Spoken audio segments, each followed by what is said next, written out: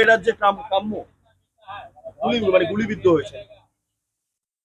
দেখুন, আমরা দেখছিলাম সিএ এনআরসির প্রোটেস্টের সময় সারা রাজ্যে প্রথম দিকে শান্তিপূর্ণভাবে আন্দোলন হচ্ছিল।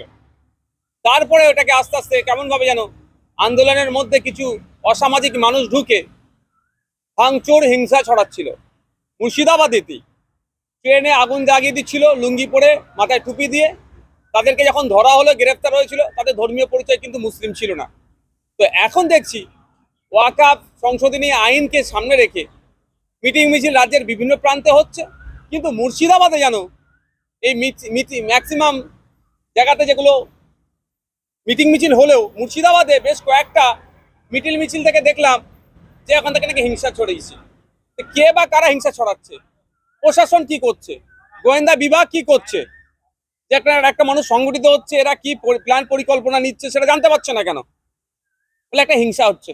আমার বক্তব্য স্পষ্ট এখানে, যে ওয়াকফ আইনের বিরুদ্ধে মিটিং মিছিল হচ্ছে, এটা গণতান্ত্রিক রাইট আছে, অধিকার আছে, কিন্তু এই মিছিলে থেকে, এই শান্তিপূর্ণ মিছিল ভিতর থেকে যারা হিংসা ছড়ানোর চেষ্টা করছে, যারা অর্গানাইজিং কমিটির মধ্যে আছে, যারা অর্গানাইজার আছে, তাদেরকে চিহ্নিত করুক কারা এই হিংসাগুলো করছে। তারা পুলিশ প্রশাসনকে নামগুলো তুলে দিক। না হলে এই ওয়াকফ সংশোধনী আইনকে সামনে রেখে বিভাজনের রাজনীতি করার সুযোগ বিজেপি পাবে। সেই সুযোগেই তৃণমূল কংগ্রেস তার ফায়দাটা নেবে মুসলিমদেরকে ভয় দেখিয়ে। এখন আমি ভোটের রাজনীতির থেকে বড় কথা হচ্ছে বাংলার সম্প্রীতি, বাংলার সৌহার্দ্য বা পরিবেশ, বাংলার ঐক্যের যে সমাজ আছে সেটাকে কোনোভাবে বিনষ্ট হতে দেওয়া যায় না।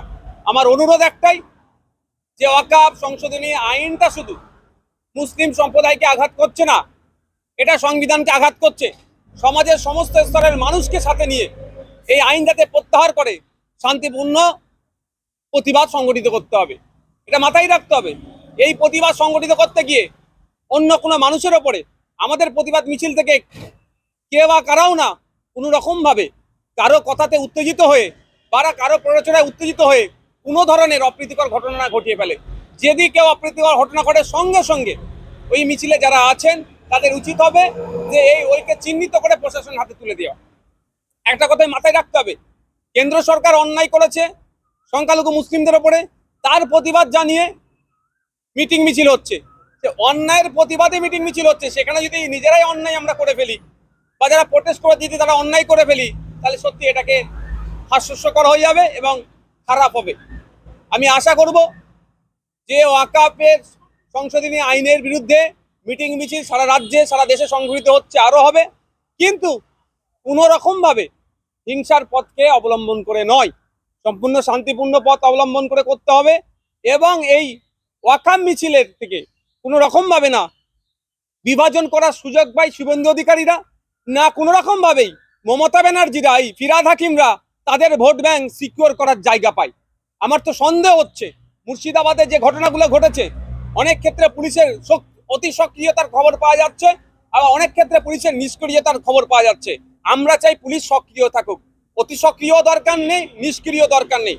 সক্রিয় থাকলে এই ঘটনা ঘটতো না।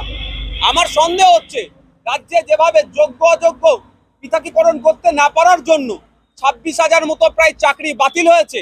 রাজ্যের যিনি সরকারের প্রধান আছে, শিক্ষা দপ্তরের মন্ত্রী আছেন বা এসএসসি বা পরিষদ জবাব ঠিকঠাক দিতে পারছে না, মানুষের মধ্যে ক্ষোভের সঞ্চার হচ্ছে। এই ক্ষোভটাকে হয়তো এই অ্যাঙ্গেলটাকে যদি ঘুরিয়ে দেওয়া যায়, সাবজেক্ট থেকে অবজেক্টে মানুষ আর চর্চা করবে, ধর্ম নিয়ে তখন কথা হবে, এটা কোনো সুরসুরি থাকতে পারে। আবার একটা রাজ্যে আমাদের এক দল আছে, প্রধান বিরোধী দল রাজ্যের, তারা সব সময় মেরুকরণের রাজনীতি করতে তারা সিদ্ধহস্ত। মেরুকরণ করে তারা ক্ষমতায় আসতে চাইছে। তাদের সংগঠন থেকে শুরু করে কোনো কিছুই আর খুঁজে পাওয়া যাচ্ছে না, শুধু এখন ধর্মের ওপরে তাদের রাজনীতি করতে হবে। এটা হতে পারে যে এই হিংসার মধ্যে তারা হয়তো বকলমে মদত দিচ্ছে। সেই জন্য তদন্ত সাপেক্ষ, তদন্ত করে সত্য উদ্ঘাটিত হোক। শুধুমাত্র মন্দির ভেঙে দিচ্ছে, মসজিদ ভেঙে দিচ্ছে করে চিৎকার করলে হবে না। অবশ্যই আমি কোট আনকোট বলছি, ধর্মস্থান আক্রান্ত হয়েছে, মসজিদে আক্রান্ত হয়েছে, মন্দিরও আক্রান্ত হয়েছে, কিন্তু কারা আক্রমণ করলো, যারা আক্রমণকারী তাদেরকে গ্রেফতার করতে হবে। আর নাহলে সিএএনআরসির সময় এই ধরনের হিংসা ছড়িয়েছিল, দেখে দেখে যারা সিএ এনআরসি মুভমেন্টে লিড দিচ্ছিল তাদের নামে মামলা, তাদেরকে গ্রেফতার করেছিল, ওটা না দ্বিতীয়বার হয়। আমার একদম স্পষ্ট বার্তা, যে বা যারা হিংসার সাথে জড়িত তাদেরকে চিহ্নিত করে তাদেরকে গ্রেফতার করা হোক। সেটা মন্দির আক্রমণ করেছে যারা, তাদেরকে হোক, যারা মসজিদ আক্রমণ করেছে তাদেরকে হোক। ফিরহাদ হাকিম আপনাদের বলছে যে যারা এই ঘটনা ঘটছে তারা মির্জাফর, আপনাদের মির্জাফর বলে তাগিয়ে দিচ্ছে। এখন আমাকে বলছে কি রাজ্যের মানুষকে বলছে, আমি এটা জানি না কি বলেছেন। আমি একটা কথা বলছি, আমি স্পষ্ট ক্লিয়ার করে দিচ্ছি, ফিরহাদ হাকিম সাহেব কি কথা বলছে আমাকে মাথা পেতে নিতে হবে ওরকম আমি মাথা কারো কাছে বন্দুক দিয়ে রাখিনি, এটা মাথায় রাখবেন। ফিরহাদ হাকিম সাহেব বলবে আমি শুনে নেবো, ওটা নয়। হ্যাঁ, ফিরহাদ হাকিম সাহেব যদি লজিক্যালি কথা বলে, বাংলার স্বার্থে কথা বলে, নিরপেক্ষতা বজায় রেখে ভোট ব্যাংকে সুরক্ষিত না করে মানুষের কথা যদি বলে, তাহলে সেটা ভাব শুনবো, তারপরে প্রতিক্রিয়া দেবো। আমি একটা কথাই বলবো, ওয়াকাফ নিয়ে এই সংশোধনী আইনের বিরুদ্ধে গণতান্ত্রিক প্রক্রিয়ায় শান্তিপূর্ণ আন্দোলন চালাতে হবে।